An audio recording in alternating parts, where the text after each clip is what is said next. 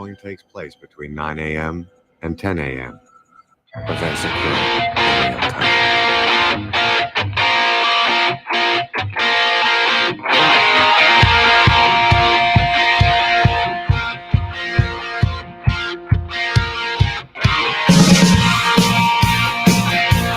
Good morning, everyone. Welcome. It's Friday.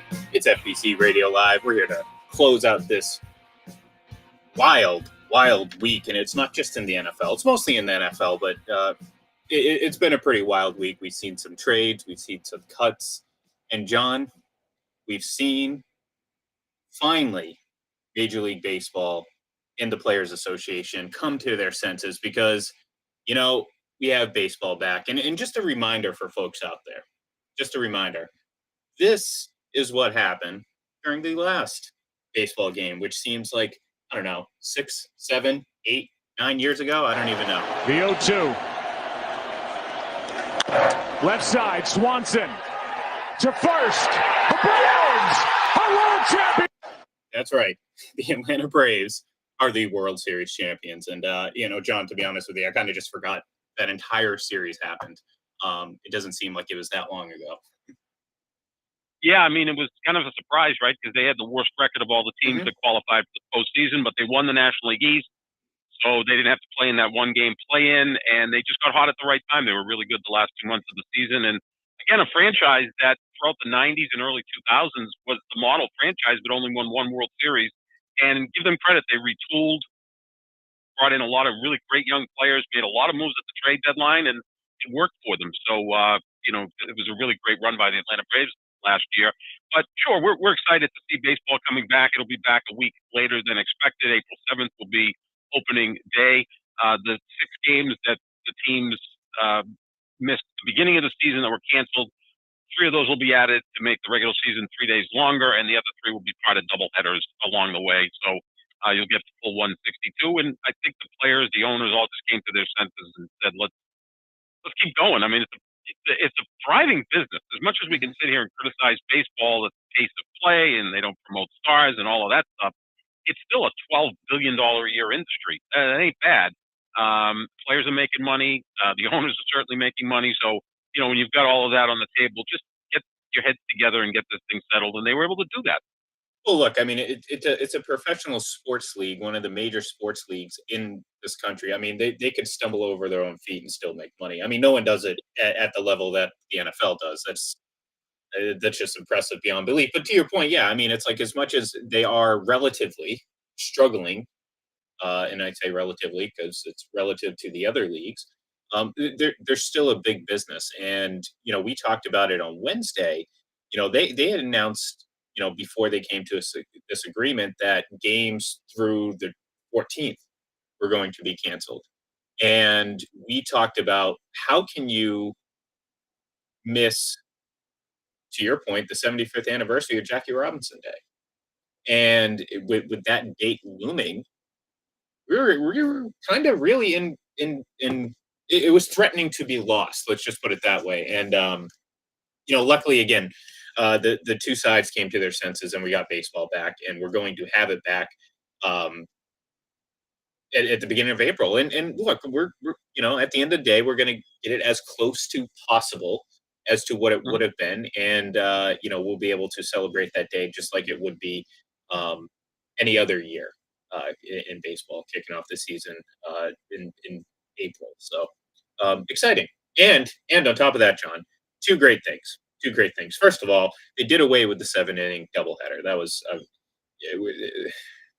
I hate anything that changes the dynamic of the game, and reducing the number of innings surely does that. I hated that, and I also hated the man on second, and they got rid of both of those things, and I'm pretty happy about that. So the man on second, yeah, I mean, it's kind of gimmicky without question. I think you just want to avoid 15-inning games, although there's not that many of them. I'd rather. I'm. It's kind of like with hockey with me. It's like I'd rather a tie than watch a game end in a silly shootout. Same thing with this. Like you have imagine having a 1-1 game. Pitchers duel, defensive break. Defensive everything. You get into extra innings. All of a sudden, you put a guy on second and maybe a bloop single ends the game. And all of a sudden you're sitting there like, well, what the hell did I just watch for 9 innings? I watched one of the best duels or defensive games ever, and it ended on a gimmicky loop single that the team didn't really even deserve to win on because you were given a base in second. So yeah, I'm so against that, John. We haven't. Fortunately, it's gone. So my energy to get angry with it has not grown to the level that it has with like the shootout in hockey. So thankfully that won't be the case because it's not going to be here any longer. But I hated that whole experiment. I think the biggest thing is going to come in 2023 when certain rule changes will go into effect. First of all, the pitch timer, as they want to call it, they don't want to call it a pitch clock, will be 14 seconds when no one's on base and 20 seconds when people are on base. That should shave anywhere from 15 to 20 minutes off each game, even if you just figure that you're saving 5 seconds between pitches. Just extrapolate that out over 300 pitches in a game. That's 25 minutes. That's pretty significant. So instead of 3 hours and 10 minutes, now you're looking at 2 hours and 45 minutes, and the pace will be that much better. Also, they're going to ban shifts, which, every other sport has some sort of rule about alignment, right? Like you can't do certain things in football. You have to cover the tackle. You can't play zone defense in basketball. In hockey, you can't just flood the offensive zone with 5 guys while the puck's at the other end and hope that your goaltender can make an electric pass and 5 guys are offside. So, you have all these rules in place. And I think that's going to be a big, big thing. This year, we're going to have the universal DH, which I think is a good idea, only because how do you have 2 leagues with 2 different rules? I mean, this would be like having the Western Conference and the NBA have the 3-point shot, and the Eastern Conference not having it. But that's the thing, though, John. I disagree with that. I wish they didn't go to the universal DH. And the reason for that is because, well, we talked about it also earlier this week too, that the idea that interleague play has become just oversaturated. It's just too much of it. It's not unique anymore. There's no excitement with it. It's just okay. It's April 15th, and we're the Red Sox are playing the Braves. I mean, obviously April 15th. That would actually be a very significant matchup given the day and the teams and all that stuff. But my point. You see what I'm getting at. It's just we kind of lose that. And the unique thing about baseball and the great thing about baseball, and this is why sports are great, because not every sport's the same. If they all followed the same universal set of rules and ideas, then it would just be bland. I mean, baseball is great because you have 2 dynamic leagues, 2 different leagues with history. This isn't again, you started the Major League Baseball, and then 20, 30 years later, you decided, okay, we're going to set up different rules. No, this is the root of baseball. This is the foundation of baseball. So to me, making it a universal DH, like, I know why they're doing it, because they're trying to appeal to the highlight reel nature of viewers and fanship. Okay, great, home runs and hitters and all that, but I think very quickly people are going to realize how much they actually miss the dynamic of watching National League style baseball, because it is different and it does add a different element to it. And again, that's also one of the reasons why watching interleague play was so appealing was, well, you get to see this different type of matchup, and it breaks up the monotony of 162 games where you and I both agree that the most ardent baseball fan, look, end of July, early August, come on, it becomes a little bit of a drag. You just got to kind of, it does work through that. And to me, I feel like they've taken away 2 aspects of it. One, they've taken away the different style in the National League, and over the years, they've kind of just ruined the appeal of interleague play, in my opinion. There's nothing they can do about interleague play because there's 15 teams in each league. So with that odd number, you have to have at least 1 interleague game per day. That's really what the root of the problem is. I mean, if you added 2 more teams or contracted 2 teams, now you'd be at 28 or 32, and then you'd have even number team in each league, and you could do away with interleague play. But the way it's set up now with 15 in each league, there's no way around it. And yeah, I think it's run its course. It was pretty cool back in '97 when it was adopted, but here we are 25 years later, and it's like, oh yeah, the Red Sox ended last season against Washington and needed to win 2 out of 3 to qualify for the postseason. And it was like, that's weird. Why aren't they playing the Yankees or Tampa or someone else? to end the season. But with 15 teams in each league, the math just works that way. Unless you give teams 3 straight days off at a time, and have 2 teams do that, and then you do away with interleague play, which is not going to happen either. So I mean, baseball's got a lot of issues. At least they're trying to address some of them, which is a nice change. I think the pitch timer is going to be the biggest thing because that's going to help the pace of play, which is something that baseball needs. I mean, the average baseball game is essentially the same length as the average NFL game. It's just the pace of play is completely different. Yeah. Because Ian, you can go 4 minutes without anything happening in baseball. I mean, if you consider a strikeout, a walk, or a home run, those are the 3 true outcomes that really have no action. I mean, you could have an inning where the guy strikes out the side, walks 2, and gives up a 3-run homer, and what happened? Nothing. Like me and you could play short and second and wouldn't have any impact on the game. That's no action, and that's really a big problem with baseball. You don't see hit and runs, you don't see stolen bases, you don't see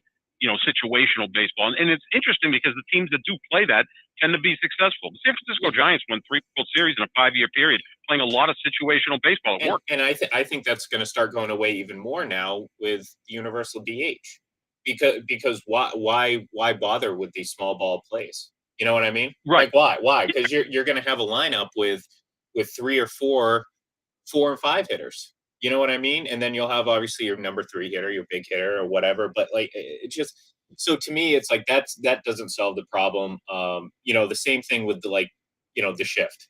Like, I get what you're saying about how there are formation rules. I don't know. I might have just made something up there, but I like that word. Yeah, formational. Sure, that sounds right. I'll have to call Webster so they can retroactively add it, so I won't be just making up a word here. To me, there's a difference between the rules regarding how linemen and everything line up on a football field as opposed to what we're talking about here with the shift. What we're talking about here with the shift is just, again, this is playing right into what you've been saying, the 3 true outcomes of baseball. It's a home run, a strikeout, or you know what I mean? You're playing into that. It's dumbing down the game. Like, again, I understand, it's not easy to hit opposite field. And I understand that pitcher. I mean, that's just what happens. I mean, just because the pitchers are getting better, you know what I mean? Doesn't mean you should, take away a defensive strategy to the game. And it's, I don't know. Like, I'm not necessarily like a huge fan of this shift in a vacuum, what I'm trying to say. I don't like toying and tweaking stuff like this in games. Like, I hate the trapezoid in the NHL. I think it's pointless. Right. I think it's stupid. I think this is the same level of, why are you making these changes? Because in my opinion, probably a small segment of people complain about the shift. And as we know, the loudest, those folks are usually the loudest. So, to me, I don't like the ban on the shift. I think it's not necessarily that I love the shift. It's just that I just don't like fundamental changes to games like that. Because again, I feel like, where does it end? What happens in a few years when you see something else? So like, oh, we're gonna, I don't know, we're gonna ban something. But I wish I could have come up with something off the top of my head. But you get what I'm saying. I don't personally like it. They're gonna ban batting gloves. So players saying we're batting gloves for it. Now the foul pole will actually be the foul pole. If you hit it, it's foul. Which is always something that would have confused me as a very, very young child. Or we're gonna ban bunting. Right. Like, why? I mean, that again. They pretty much have no one. Well, I mean, but yeah, exactly. Yeah. But that's that's part of the game, right? I mean, especially again, you go back to your National League. Without the DH, the pitcher will bunt and hit and run and all of that stuff. But now we see starters pitching so fewer innings that there's so many pinch hitters involved in the National League now. So I mean, the game's changed. I think what they try to do is they'll put these rules into the minor leagues or in college or whatever, and see how it impacts the game. And that's why there's a year grace period before a lot of these rule changes will go into effect. But at least they got together, got this thing done. And I think the interesting thing, Ian, is going to be what happens with free agents, because there's a bunch of talented players that are available in free agency. And now that the CBT has gone up to $230 million, the Red Sox can spend more money on free agents if they so choose, or maybe John Henry's just going to buy a few players for the Penguins instead. or was it Manchester United? Liverpool, yes. Liverpool, Other whatever. I yeah. don't know. I can't keep track. I'm not a big football fan, or at least I just don't know it well enough to sit here and pretend I'm not. I like the sport I used to play, but yeah, I look, and also, if you're a free agent, you keep it in mind, like, okay, well, maybe before I wouldn't want to go sign with. I mean, again, how many true DHs are there really out there nowadays? I don't know, but I think we've had that conversation before in the past as well. Like we don't really have like a David Ortiz. Like, I mean, again, arguably David Ortiz is arguably the greatest or one of the greatest pure DHs of all time. So that's you're likely not going to get a repeat of him. But JD Martinez is probably the guy now. yeah, And yeah. With the National League adopting the DH, so now if the Red Sox decide to trade him, there's a bigger market to send him to the National League, and then they well, there's also a bigger market for players too. Exactly, yeah. So that's where the players, obviously, this was all back and forth negotiation, right? Like, okay, I'll give you this if you give me this. I'll give you this if you give me this. This is what happened, and that's at least they got the thing done. And yeah, I mean, but I am going to be interested to see what happens with a player like Carlos Correa or Freddie Freeman, two studs that are free agents right now. Is Atlanta going to re-sign Freddie Freeman? They probably should. He's like the face of the franchise, and Correa is a guy who I think is wildly talented but often hurt. There should be a market for him. We'll see what happens over the next. It could happen this weekend. I mean, it could happen today. It could be happening right now. I mean, for all we know. Right now? So, yeah, I mean, it'll certainly be something worth monitoring. And I'm with you. I am happy that it is. The deal did get done, and we're not sitting here, worrying about missing more games in April and all that. But kind of like with hockey, like I knew when hockey came back, I was like, I'm so happy hockey's back. But like, I sat there and I'm like, shootout. I mean, I didn't realize it was going to be a 15-year, just campaign against the shootout on my behalf. But I knew it then, and I still know it now, that I hated some of those rule changes, and unfortunately, we're going to have to accept them. To for the greater good, I guess you could say. So, all right, we're going to spend some more time, obviously, on baseball next week, and as we get into the summer, because that's going to dominate viewership. But the NFL is doing a pretty darn good job of keeping themselves in the news, because for what seemed like a fairly quiet week last week, it's been the exact opposite this week. And we've seen Russell Wilson get traded. We've seen Aaron Rodgers make his announcement. We've seen big cuts happen. We saw another quarterback traded yesterday. I think, was it yesterday? I'm kind of confused with the timing of everything. But Carson Wentz is heading to the Washington Commanders, and I can't help but think that this was like Plan D for the Commanders. You know what I mean? I'm not a big Carson Wentz guy. I know the numbers look nice, but I remember discussing those numbers during the season. And what you knew about Carson Wentz was he's good for some nice plays, but he is what they say, reckless, and he lacks that. There's a mental aspect of the game that he lacks, and I think a lot of that has to do with confidence and everything that stems from that. So, is it an upgrade for Washington? It could be at times. We've seen him play some really high level football, but I don't know. I mean, I'm if I'm Washington, I'm like, hey. I mean, first it was like Aaron Rodgers, Russell Wilson, Deshaun Watson. Oh no. Now, now it's Carson Wentz. It's just like, okay. I mean, look, it's an upgrade, I think, over Taylor Heineke. I mean, if you would have asked me at the end of last season, I would have said definitely not. But Heineke certainly did not live up to that billing that he made for himself there in the playoff run for the football team at the time. So yeah, it's an upgrade, but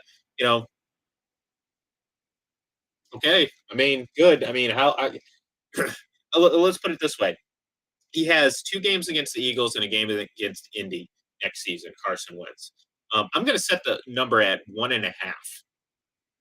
How many of those games does he actually play in? And what are you taking, the over or the under on that? Yeah, when you say 1.5, I thought you were thinking of wins. I didn't think you were going to go and say that he's going to play those. You think he's going to pull a Ben Simmons and not want to play against those teams? No, I mean, look, he's been hurt. He's been hurt. Like this year, I'll give him that much credit. No, he that did. did play the year. But I think with Carson Wentz, and I would say he'll probably play over that. I mean, sometimes these quarterbacks that have injury concerns, I remember, I mean, I'm really old.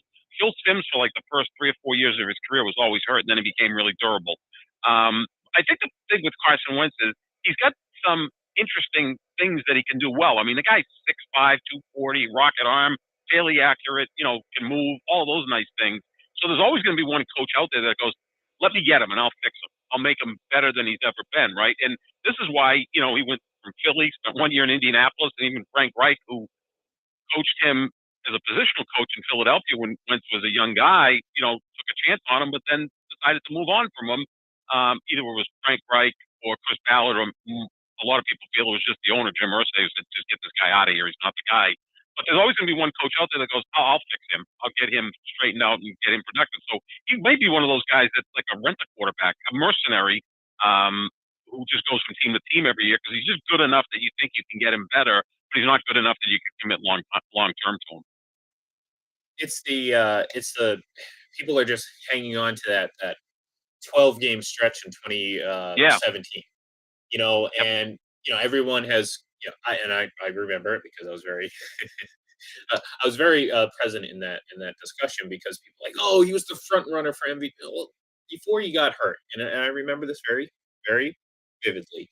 The only thing that he had over Brady at that time, I believe, was yardage. I think he had like 200 more passing yards, but Brady had topped him in everything. Like Carson Wentz had a great start to that season, no doubt. So like he built an early lead. But by the time he got hurt, he had, I don't want to say regressed, but he had come back to the norm. Let's put it that way. Right. And Brady had begun to absolutely just dominate and surpass him. So there was this idea, and people again easily accepted that. If Carson Wentz didn't get hurt, well, no. I mean, before Carson Wentz got injured, he was the front runner. I remember that week, that before he got injured on that Sunday or Monday or whatever the game was, Brady had matched him in wins. And that was kind of the last thing that was holding Brady back. He matched him in wins, and that was it. Carson didn't have anything but those, it was a couple hundred yards.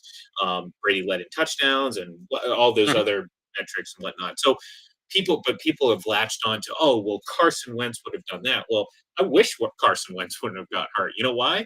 Because the Patriots would have beaten the Eagles in the Super Bowl. Let me put it that way. I was thinking the same thing, Ian. I'm saying, like, don't hope that he gets hurt because I think they probably would have won that game. Nick Foles was superb in that. You got to figure that Wentz may have, been intimidated playing across from Belichick and Brady or whatever the case may be.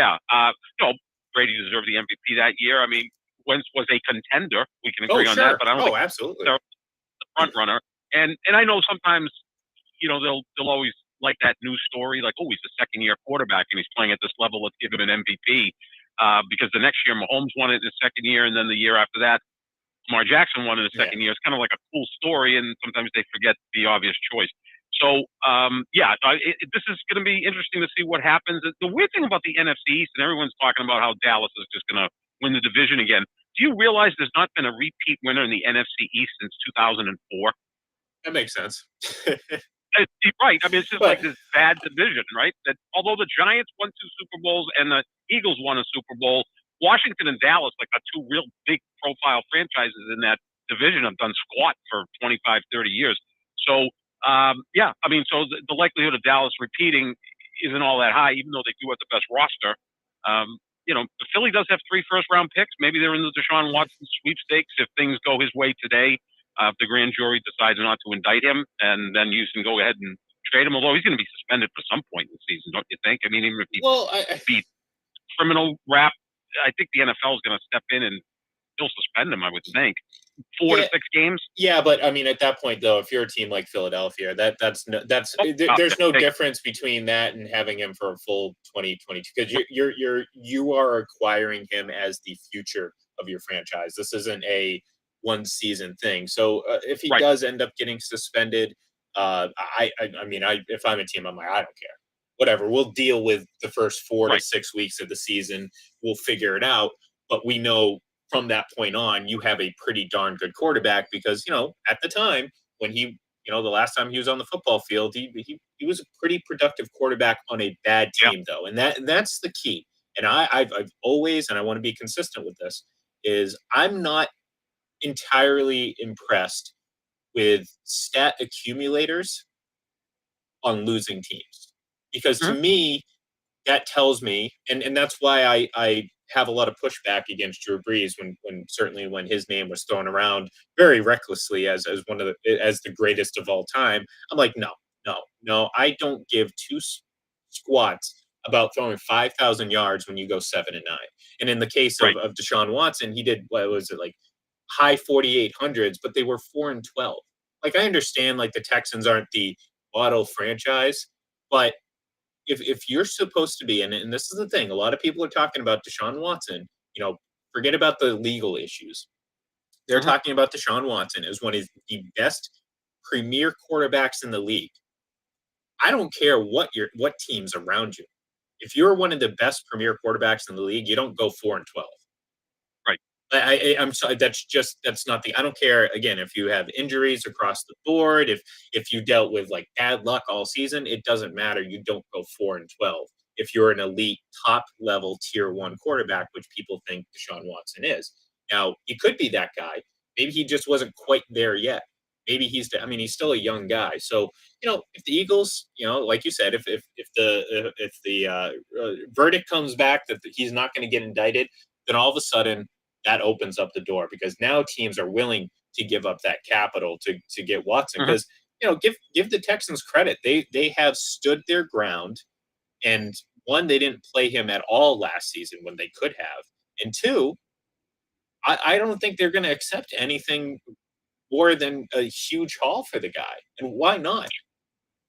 This is a team that is desperate to restock and build an actual foundation that I wouldn't do anything less than at least a pair of first-round picks, maybe even more, based on what we saw the Seahawks get for Russell Wilson. And I think Deshaun Watson, given his legal issues, push them aside, probably more valuable than Russell Wilson.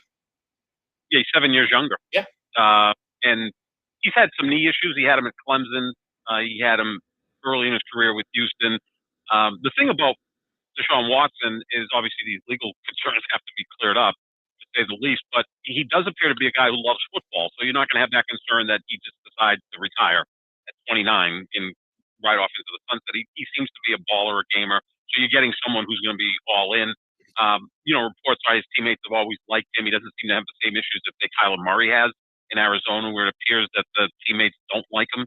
I certainly, Wilson got Seattle, 2 firsts, 2 seconds, and 3 players. So you got to think that Deshaun Watson will get as much, provided he's beat the rap today, the indictment. And look, there's like a 95% chance he gets indicted, only because that's the way it works.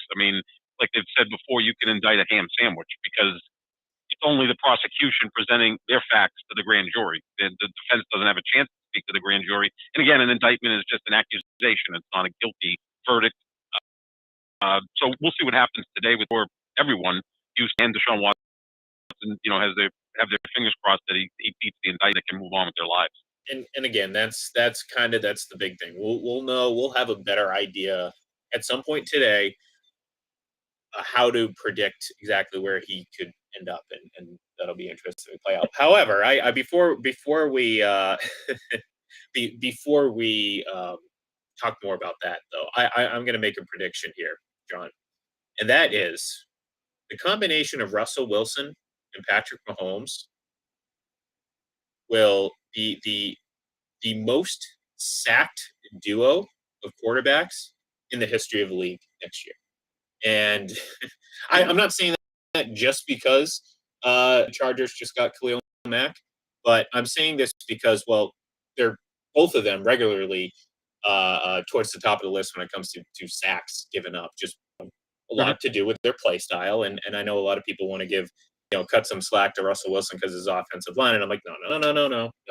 If you get sacked 40 times in a season, guess what? that falls on you too. A large part of Yeah. that. So no, don't give me. It's kind of like the if you're an elite quarterback, you don't go 4-12. Well, guess what?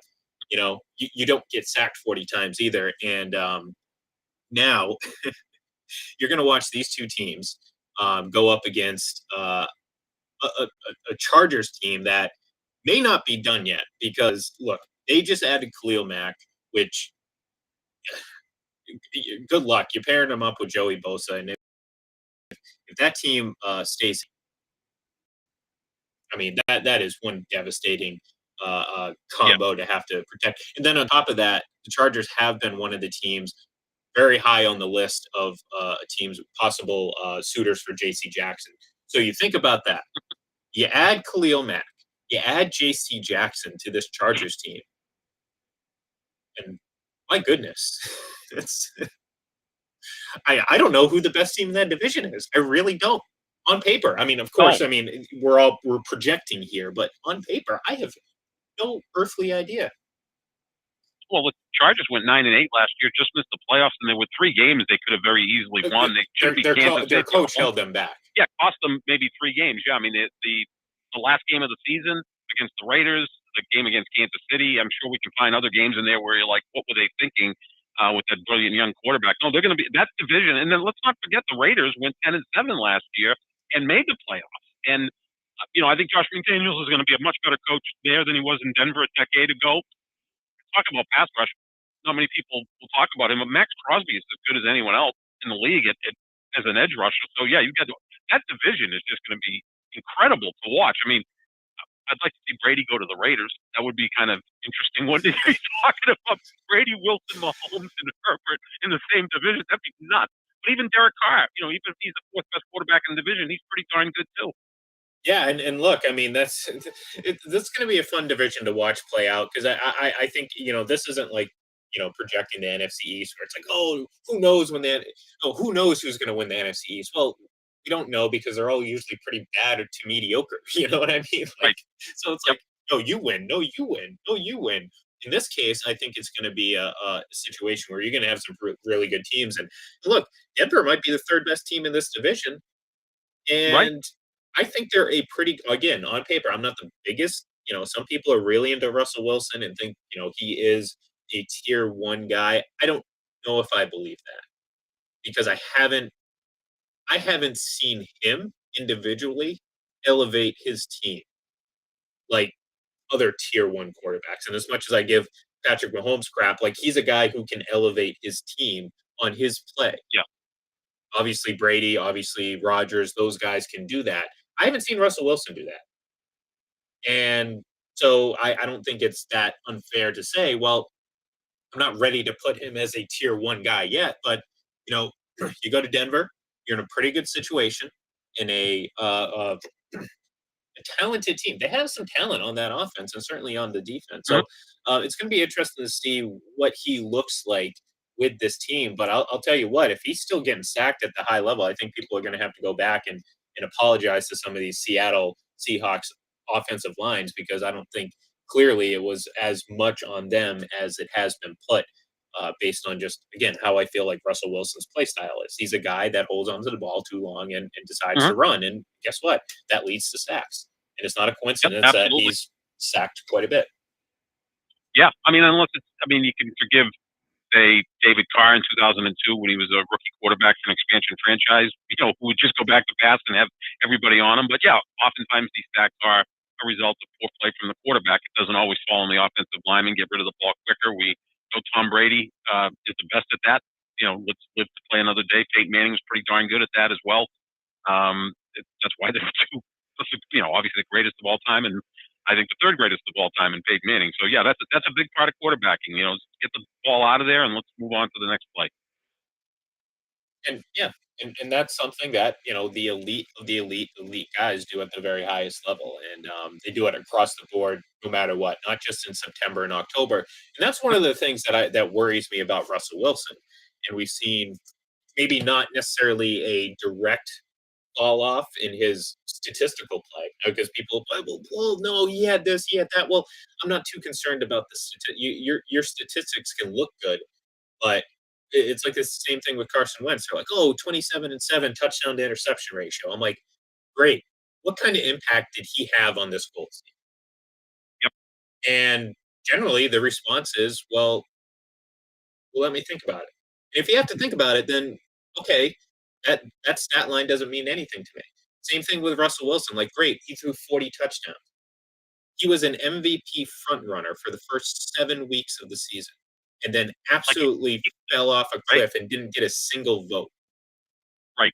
Like that to me is alarming. And again, go back to his playoff performances. He has a tendency to make some boneheaded decisions.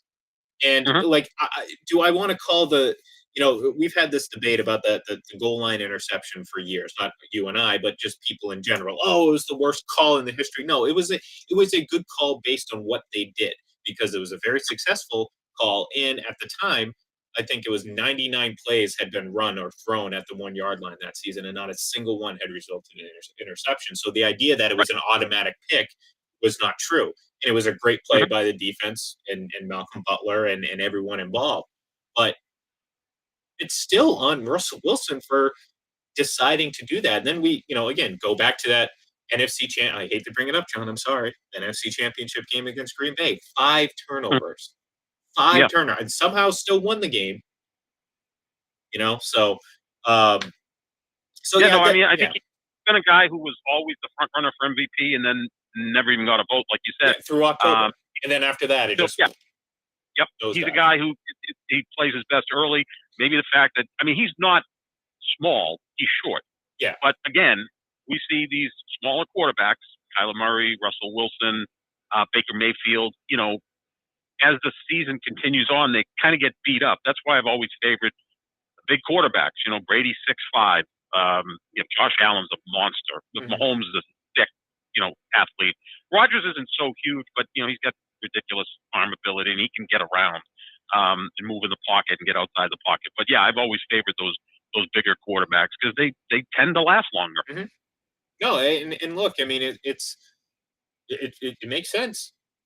Football is a game of impact, and when you have guys bigger than you impacting you, guess what? You're going to get beat up. That's why a guy like Josh Allen has a little bit more sustainability. Well, he's also not reckless when he runs, and that's part of the issue. And I brought it up with Russell Wilson. It's like, he'll get back and he'll just hold on to the ball. And then he'll start running around. And look, he has a lot of highlight plays where it's like he's scrambling, and then he'll huck it down the field to Tyler Lockett. And all of a sudden you're like, wow, how did that happen? Well, you know what? Sometimes that's going to happen. But for the most part, you can't sustain success doing it that way. And that's what Russell Wilson has tried to do. So, all right, that's going to do it for us here today and for this week. Next week is going to be big. Obviously, the official kickoff of NFL free agency, which will be, let's see, today's the 11th, 12th, 13th, 14th, 15th, 16th on Wednesday. Next Wednesday at 4 p.m. will be officially the beginning. But on the 14th, starting on Monday, we get the legal tampering period. So, we'll likely know a lot of the deals that obviously came together in seconds, because surely no teams are communicating with players now. Surely that's not the case. Not at all. Never. So everyone out there, have a great weekend. Have a safe weekend. Have a warm weekend if you're up in the north. I heard you guys got some snow. If you're down here in Florida, come see me at the beach. It's sunny. It's beautiful. And that's where I'm going to be. Have a great day, folks. And we'll talk.